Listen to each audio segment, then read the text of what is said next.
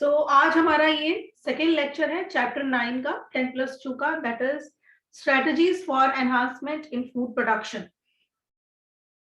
आज का हमारा जो टॉपिक है that is very important, plant breeding.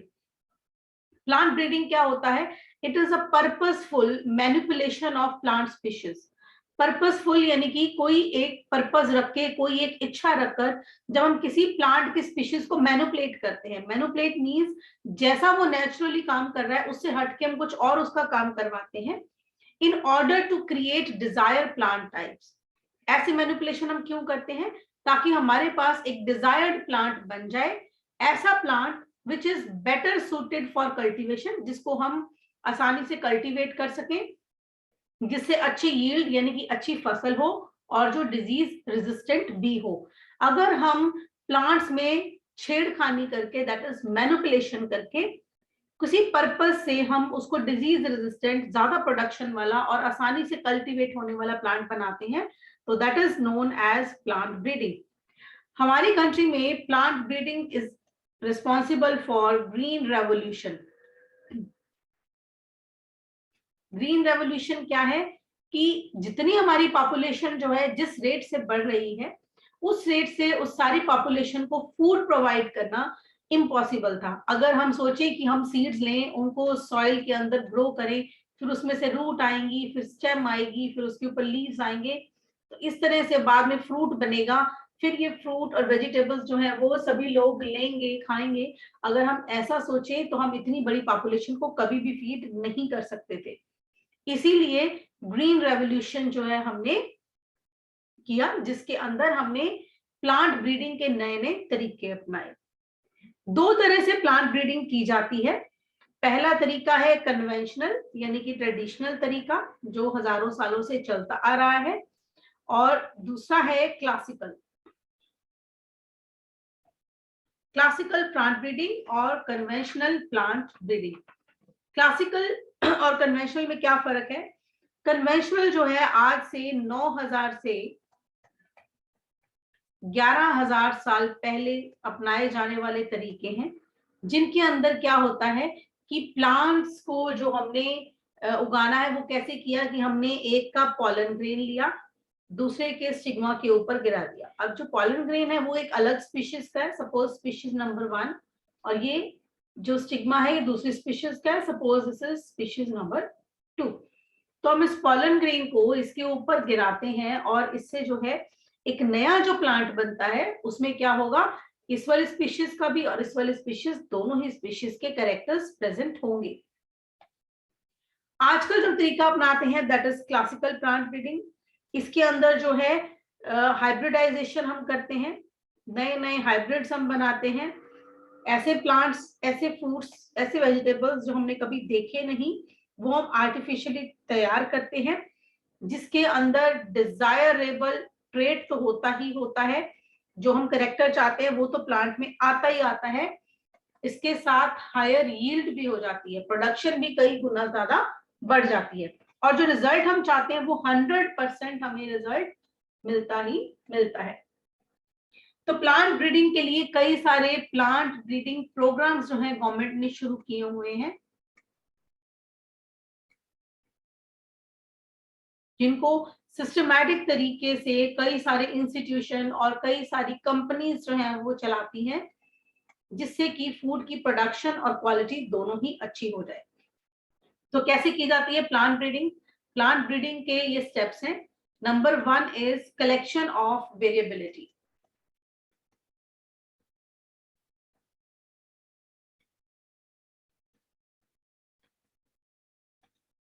Collection of variability किसी भी, कोई भी, हमने जो भी प्लांट लेना है, जो भी हम चाहते हैं कि ये हमारे पास कई तरह की स्पीशीज के ये प्लांट्स हैं, इनमें से हमने कई सारे जो है वेराइटीज चूज करनी है, जिसका कि हम हाइब्रिड या प्लांट ब्रीडिंग से नया प्लांट बनाना चाहते हैं।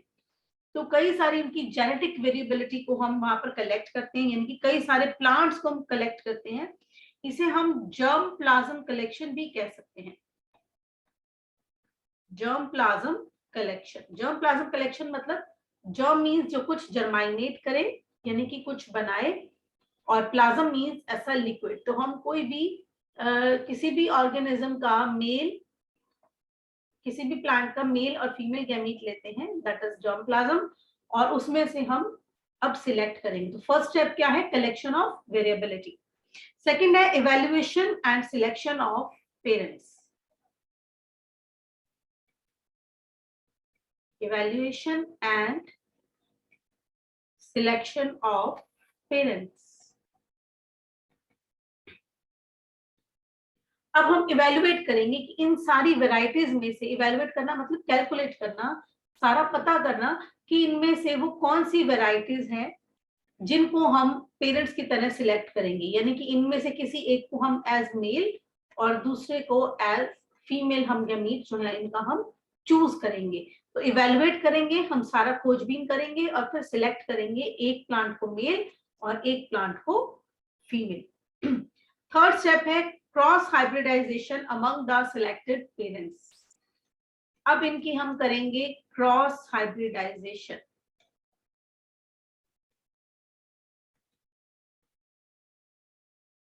Cross hybridization among selected parents. तो जो पेरेंट्स हमने अब सिलेक्ट किए हैं उनकी हम क्रॉस हाइब्रिडाइजेशन करेंगे। हमने जो मेल और फीमेल सिलेक्ट किया, नॉट नेसेसरीली कि ये एक ही स्पीशीज के हों, ये अलग स्पीशीज का, ये अलग स्पीशीज का, तो हम इन दोनों को मिलाएंगे तो वो क्या हो जाएगी? Cross hybridization. अब दोनों को मिलाकर हमने जो हाइब्रिड नए बनाए हैं, उन हाइब्रिड्स के अंदर क्या वो कैरेक्टर आए हैं? नहीं। तो नेक्स्ट स्टेप हम क्या करेंगे? सिलेक्शन। इन हाइब्रिड्स में से हम सिलेक्ट करेंगे कि वो कौन से ऐसे हैं हाइब्रिड्स जिनके अंदर मेल और फीमेल दोनों के ही डिजायर्ड कैरेक्टर्स आए हैं। फिर हम टेस्ट करेंगे कि इनमें से सुपीरियर रिकॉम्बिनेंट कौन से हैं, नया कॉम्बिनेशन से जो हाइब्रिड बने हैं उनमें से सुपीरियर कौन है। अब हम सुपीरियर किसको कहेंगे यहाँ पर? जिसको कोई डिजीज नहीं लगती हो, जो प्रोडक्शन अच्छी देता हो। तो ऐसा हम टेस्ट करके देखेंगे कि क्या ये सुपीरियर क्वालिटी का है या नहीं है। And finally, the fifth step, release and commercialization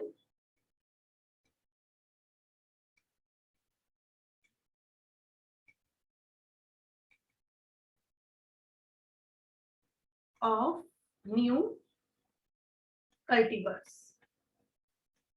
अब जो नए प्लांट्स, नए बीज हमने तैयार किए हैं, तो इन सबको रिलीज कर देना, यानी कि मार्केट में उतार देना, और कमर्शियलाइज यानी कि मार्केट में, बाजार में इनको बेचने के लिए जो है वो भेज देना। तो ये 5 स्टेप में हम प्लांट ब्रीडिंग को जो है करते हैं। अब गवर्नमेंट जो है इसके लिए बहुत पैसे जो है वो लगा रही है, हाइब्रिड्स नए नए बनाए ताकि फसल जो है वो साल भर जो है उसको आप उगा सके, उसके प्रोडक्शन अच्छी दे सकें, आप उससे जो है अच्छी क्वालिटी हो, जो न्यूट्रिएंट उसके अंदर नहीं है वो भी उसके अंदर हो जाए। तो ऐसे ही प्लांट ब्रीडिंग करके हमने नई व्हीट और राइस की नई वेराइटीज जो है वो तैयार की हैं। तो 1960 से लेकर 2000 ईयर तक जो व्हीट की प्रोडक्शन है वो हमारे यहाँ होती थी 11 मिलियन टन। ठीक है, तो 1960 में जो 11 मिलियन टन थी, सन 2000 में आते आते वो हो गई 75 मिलियन टन। इतनी हमने व्हीट की प्रोडक्शन जो है वो बढ़ा ली। ऐसे ही हमने राइस की प्रोडक्शन को भी बहुत बढ़ाया है। 35 मिलियन टन से हमने इसको 89.5 मिलियन टन की तरफ ले गए हैं, राइस की इतनी प्रोडक्शन की है। ऐसा क्यों हुआ है? क्योंकि हमने व्हीट और राइस की नई वैरायटीज जो है वो डेवलप की गई हैं। जैसे एक साइंटिस्ट हैं नॉर्मन ई बोरलैंग, इन्होंने एक व्हीट और मेज की कई नई वैरायटीज तैयार की हैं इन मैक्सिको। तो मेन जो वैरायटीज जो इंडिया में चलती हैं, जो बनाई गई हैं इस प्लांट ब्रीडिंग से, वो है सोनालिका एंड कल्याण सोना। ये वैरायटीज हैं जो हाई यील्डिंग है, प्रोडक्शन भी ज्यादा देती हैं और डिजीज रेजिस्टेंट भी हैं। ये वीट की वेराइटीज हैं। ऐसे ही राइस की भी वेराइटीज बनाई गई हैं, IR8 और टाइचुंग नेटिव 1, ये ताइवान में बनाई गई है, ये राइस की वेराइटी है। ऐसे ही अगर हम एक बड़ा अच्छा एग्जांपल लें तो गन्ने का, that is sugar cane.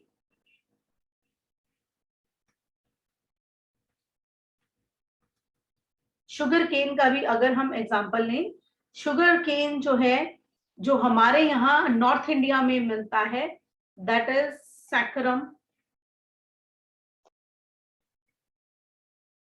बारबेराई, saccharum बारबेराई जो मिलता है नॉर्थ इंडिया में, और जो साउथ इंडिया में मिलता है दैट इज सैकरम ऑफिशिनेलम।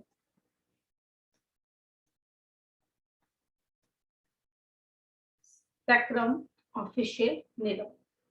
तो नॉर्थ इंडिया में मिलने वाला जो गन्ना है दैट इज सैकरम बारबेराई, और साउथ इंडिया में मिलने वाला जो गन्ना है दैट इज सैकरम ऑफिशिनेलम। दोनों ही गन्नों में क्या फर्क है कि नॉर्थ इंडिया का जो गन्ना है उसके अंदर जो है शुगर कंटेंट भी कम है, और उसकी जो स्टेम है वो भी थिन है, पतली है, in comparison to South India वाला जिसके अंदर शुगर कंटेंट भी ज्यादा है और जिसकी स्टेम भी थिक है। तो ऑब्वियसली है, जितने मोटी स्टेम होगी उतनी ज्यादा शुगर, और शुगर ज्यादा होगी तो यानी कि उससे ज्यादा हम जो है उसके प्रोडक्ट्स जो है वो बना सकते हैं।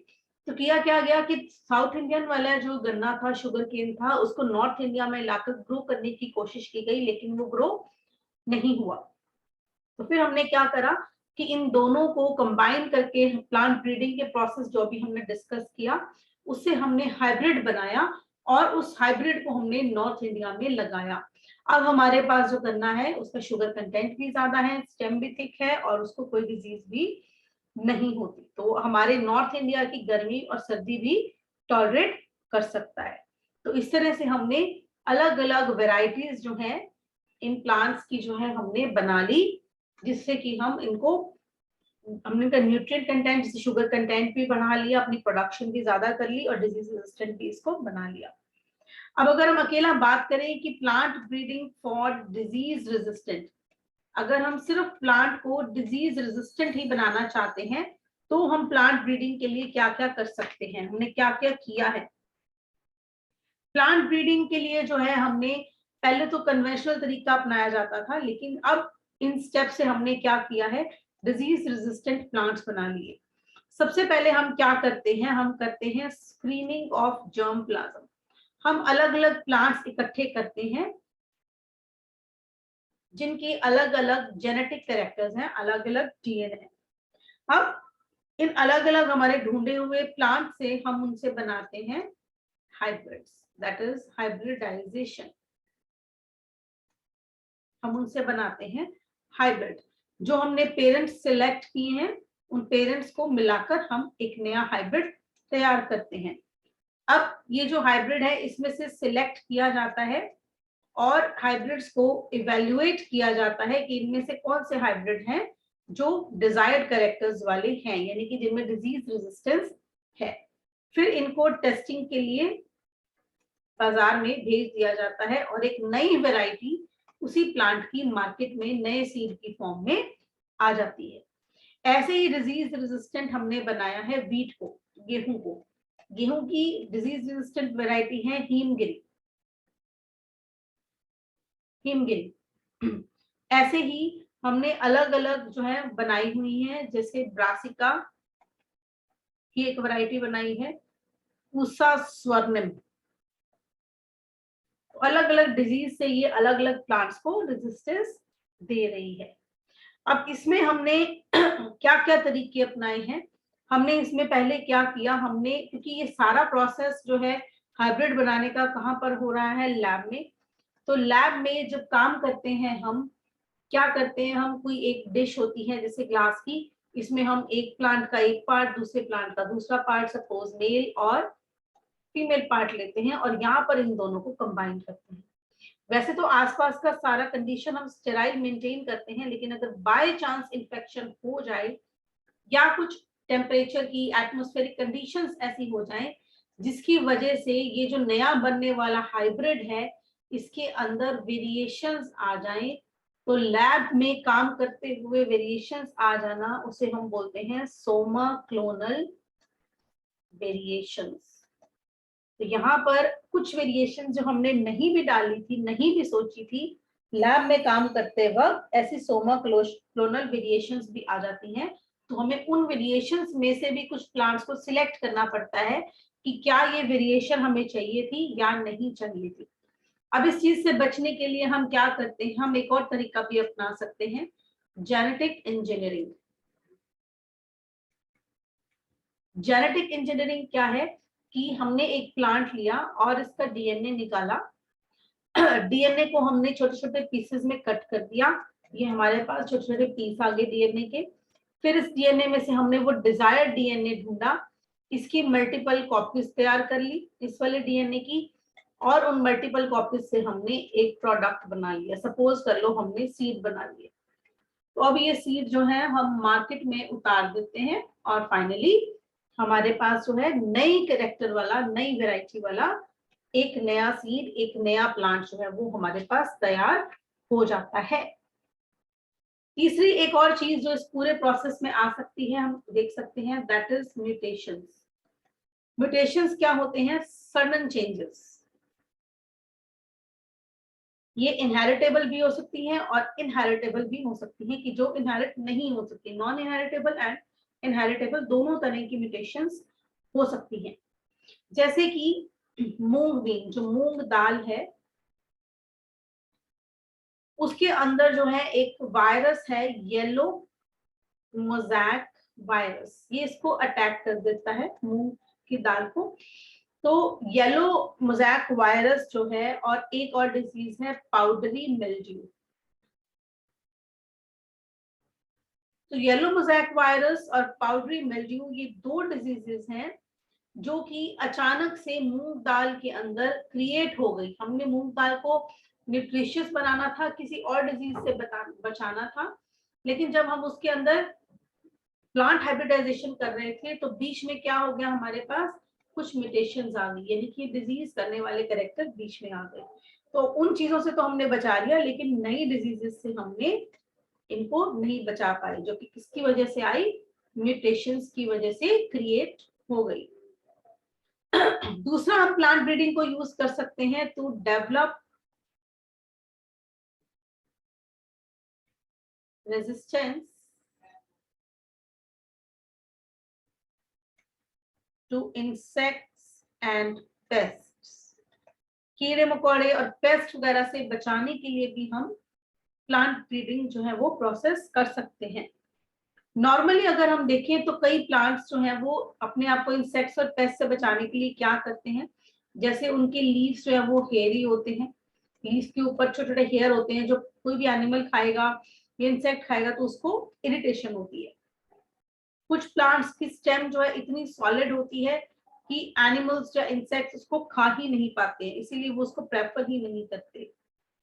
कुछ प्लांट वेराइटीज जो है वो नेक्टरलेस होती हैं, ताकि इंसेक्ट्स और वो सब आए ही ना, नेक्टर जो है वो उनके लिए फूड होता है, तो इससे भी बचने के लिए ये ऐसा कर सकते हैं। तो हमने जो है इंसेक्ट्स और पेस्ट के अंदर अगर हम ये कैरेक्टर्स इंड्यूस कर दें तो वो इंसेक्ट्स और पेस्ट से जो है प्लांट्स जो है वो बच सकते हैं। अगर हम प्लांट के अंदर ये कैरेक्टर्स डाल दें जिनके अंदर नेचुरली नहीं भी हैं, तो उनके अंदर भी रेजिस्टेंस डेवलप हो जाएगी इंसेक्ट्स और पेस्ट के अगेंस्ट। एक और बड़ा अच्छा इसका जो है फंक्शन है, that is in plant breeding for improving food quality.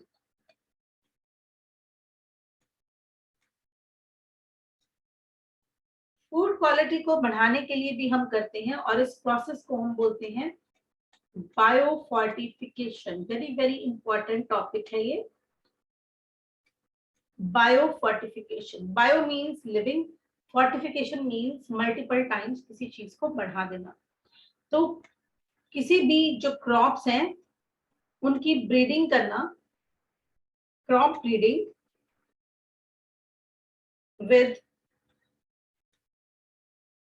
higher levels of vitamins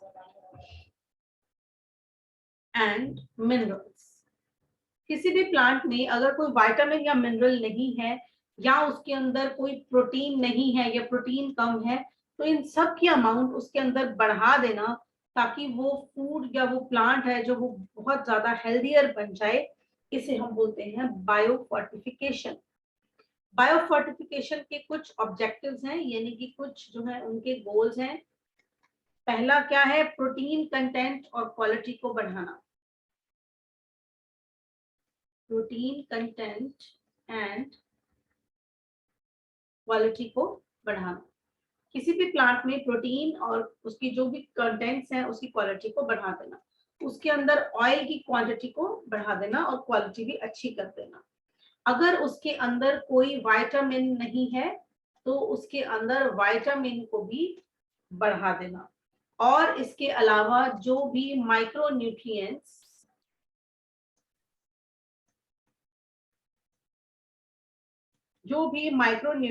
हैं या जो मिनरल्स हैं उनके कंटेंट को भी बढ़ा देना। तो इस तरह से हम बायोफोर्टिफिकेशन से नई तरह के प्लांट्स जो है वो बना सकते हैं, जो कि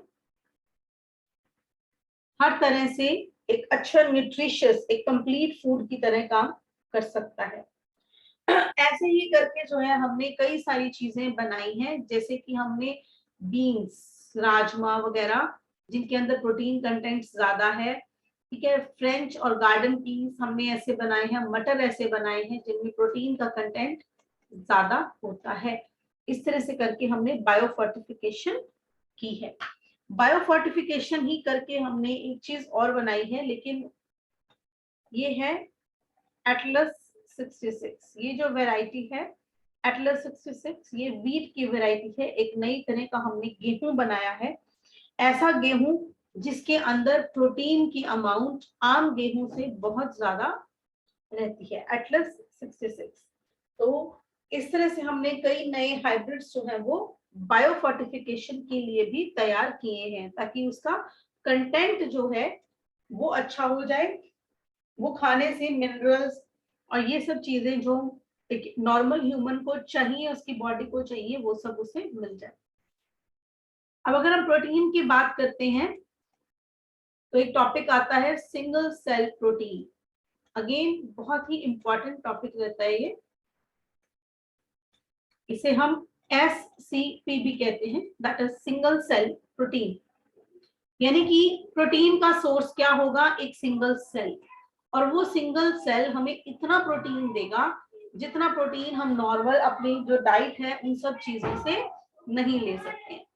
फॉर एग्जाम्पल, अगर एक 250 किलो की काऊ है, वो पूरे दिन में जितना भी मिल्क देती है, उस मिल्क को अगर कोई एक पर्सन कंज्यूम कर ले, उस मिल्क को पी ले, तो मैक्सिमम उसको कितना प्रोटीन मिल सकता है? 25 ग्राम्स। एक 250 किलो की काऊ पूरे दिन के मिल्क से किसी को 25 ग्राम ही प्रोटीन दे सकती है।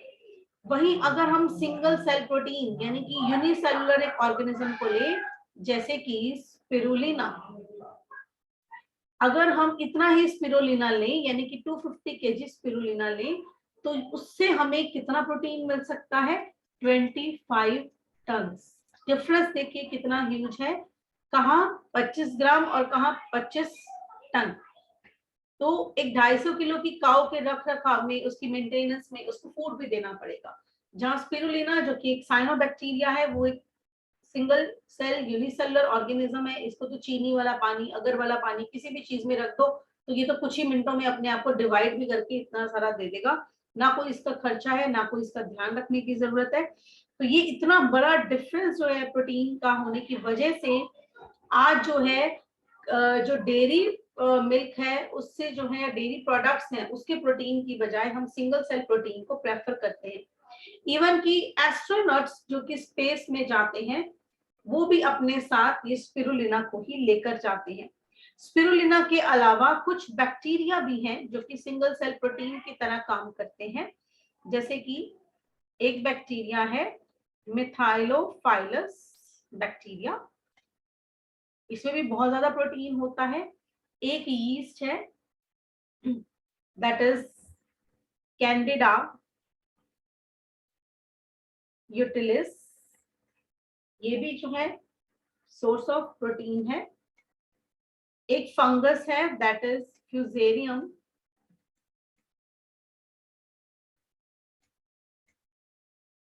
ग्रामिनीकेटम, ये फंगस भी हमें बहुत सारा प्रोटीन जो है वो निकाल कर देती है। अब सिंगल सेल प्रोटीन की एडवांटेजेस क्या हैं, क्या फायदे हैं हमें इसके? सबसे पहला फायदा तो हमें पता है कि प्रोटीन का कंटेंट हमें ज्यादा मिल जाता है। दूसरा, फैट नहीं होता। नॉर्मली डेयरी में जिसे अगर हम कहते हैं पनीर एक अच्छा सोर्स है प्रोटीन का, तो पनीर के साथ साथ फैट भी आता है। प्रोटीन तो वो देता ही है हमें, लेकिन साथ साथ में फैट भी बढ़ जाता है, तो हमें बिना फैट वाला हाई प्रोटीन वाला फूड सिंगल सेल प्रोटीन से मिल जाता है। इसके अलावा जो भी हमने जो ये डेयरी वगैरह है इन सबको करने के लिए, सेटअप करने के लिए एनवायरमेंटल कुछ पोल्यूशन भी हम कर देते हैं, तो वो एनवायरमेंटल पोल्यूशन इस केस में नहीं होती है।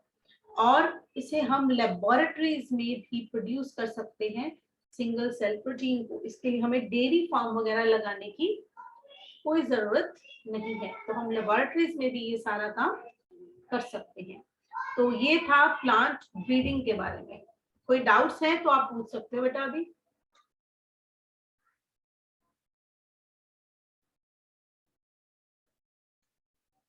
हाँ जी, एनी डाउट्स? तो आगे चले, नहीं तो you can reply me. Yes ma'am. तो नेक्स्ट है plant tissue culture, again very very important topic. कुछ 5-6 टॉपिक्स इस चैप्टर में आते हैं जो मैं आपको इंपॉर्टेंट बता रही हूँ, वो आपने अच्छे से करनी है। प्लांट टिश्यू कल्चर क्या है? एक ऐसी टेक्निक है जिससे कि हम किसी भी प्लांट सेल को या प्लांट के टिश्यू को हम, या किसी ऑर्गन को भी आप कह लो, प्लांट के किसी ऑर्गन को, रूट स्टेम लीफ, किसी भी चीज को किसी भी आर्टिफिशियल मीडियम में रखकर, आर्टिफिशियली किसी भी मीडियम में रखकर, जहां हमें जो है सूटेबल कंटेनर ही चाहे क्यों ना हो, कोई सूटेबल कंटेनर में रखकर, और जहां की एनवायरमेंटल कंडीशंस एकदम फेवरेबल हो, ऐसी कंडीशंस में रखकर प्लांट के किसी एक सेल, टिश्यू या ऑर्गन से एक नया प्लांट तैयार कर लेना, that is plant tissue culture. Culture क्या होता है? लैब के अंदर किसी भी एक सेल से उस सेल को मल्टीप्लाई कराकर टिश्यू, सेल, ऑर्गन या पूरा का पूरा एक प्लांट ही तैयार कर लेना। तो इस तरह से हम जो प्लांट का पार्ट लेते हैं उसे हम बोलते हैं एक्सप्लांट। इसकी डेफिनेशन भी बहुत बार पूछी जाती है, बट इज एक्सप्लांट। जिस प्लांट को हम कल्चर कर रहे हैं, हम लैब में जिसको ग्रो कर रहे हैं, मतलब हमने प्लांट का कोई भी जो पार्ट लिया है यहाँ पर, जिसको कि हम लैब में, टेस्ट ट्यूब में, कंटेनर में ग्रो करने लगे हैं, उसे हम क्या बोलते हैं? एक्सप्लांट। प्लांट का ये एक हिस्सा, दैट इज एक्सप्लांट। अब इस एक्सप्लांट यानी कि आपके सामने अगर एक ट्री लगा हुआ है, तो आप इसकी स्टेम का एक छोटा सा पीस काटिए, दैट इज एक्सप्लांट। ऐसे रूट का एक पीस लीजिए, that is also an explant. Leaf का पार्ट लीजिए, एक्सप्लांट। और हमें इस एक्सप्लांट में अब क्या डालना है? हमें इसमें डालने हैं लैब में हॉर्मोन्स। हॉर्मोन्स कौन से? प्लांट वाले, जैसे कि ऑक्सिन्स। ऑक्सिन्स क्या होते हैं? रूट को बनाने वाले hormones. Cytokinins, cytokinins cell division को बढ़ाने वाले हॉर्मोन्स। गिबरेलिंस, गिबरेलिंस होते हैं स्टेम की लेंथ को बढ़ाने वाले hormones. Abscisic acid, abscisic acid जो पेड़ों पे जब फल लग जाते हैं, जब वो पक जाते हैं, या लीफ जो है जब वो मैच्योर हो जाते हैं, तो उनको गिराने वाला हार्मोन। और इसके अलावा कुछ केमिकल्स जैसे कि पॉलीएमीन्स, ये सब हमें लैब में चाहिए होते हैं ताकि हम प्लांट टिश्यू कल्चर दे सके। अब इसके लिए हमें कुछ स्पेशल एनवायरमेंटल कंडीशंस भी चाहिए। एनवायरमेंटल स्पेशल कंडीशंस क्या होंगी? पहला है न्यूट्रिएंट मीडियम, कि उस प्लांट को कुछ खाने के लिए हम एक ऐसे लिक्विड के अंदर रखेंगे जिसके अंदर वो सारी चीजें होंगी जो उस प्लांट को ग्रो करने के लिए जरूरी है। तो इसके अंदर जैसे हम क्या क्या चीजें ले सकते हैं, हम इसके अंदर सॉल्ट्स डाल सकते हैं, कई तरह के नमक, हम इसके अंदर सुक्रोज चीनी डाल सकते हैं, हम इसमें कुछ विटामिन डाल सकते हैं, हम एमिनो एसिड्स डाल सकते हैं, इसके अलावा ग्रोथ रेगुलेटर्स जो भी हमने हार्मोन्स किए वो हम डाल सकते हैं, हम इसके अंदर और भी प्रोटीन के सोर्सेस ले सकते हैं, कोकोनट मिल्क डाल सकते हैं प्लांट को ग्रो करने के लिए। तो ये सब न्यूट्रिएंट मीडियम जो है हम यूज कर सकते हैं। दूसरा हमें क्या चाहिए? Aseptic conditions. एसेप्टिक मींस जहां पर कोई भी बैक्टीरिया फंगस वगैरह इंफेक्शन नहीं करे, तो हमें माइक्रो ऑर्गेनिज्म फ्री जो है एनवायरनमेंट वहां पर कंडीशंस देनी पड़ती हैं। थर्ड होता है एरेशन। अब उस टिश्यू को प्रॉपर एयर भी मिलनी चाहिए, नहीं तो वो लैब में ग्रो नहीं कर पाएगा, इसीलिए बारी बारी उसको बीच बीच में हिलाया जाता है इस तरह से। तो इस तरह की एनवायरमेंटल कंडीशन से हम जो है प्लांट टिश्यू कल्चर को हम ग्रो कर सकते हैं। दो तरीके हैं प्लांट टिश्यू कल्चर करने के। पहला तरीका है in vitro growth of callus, और दूसरा तरीका है एक्सप्लांट से।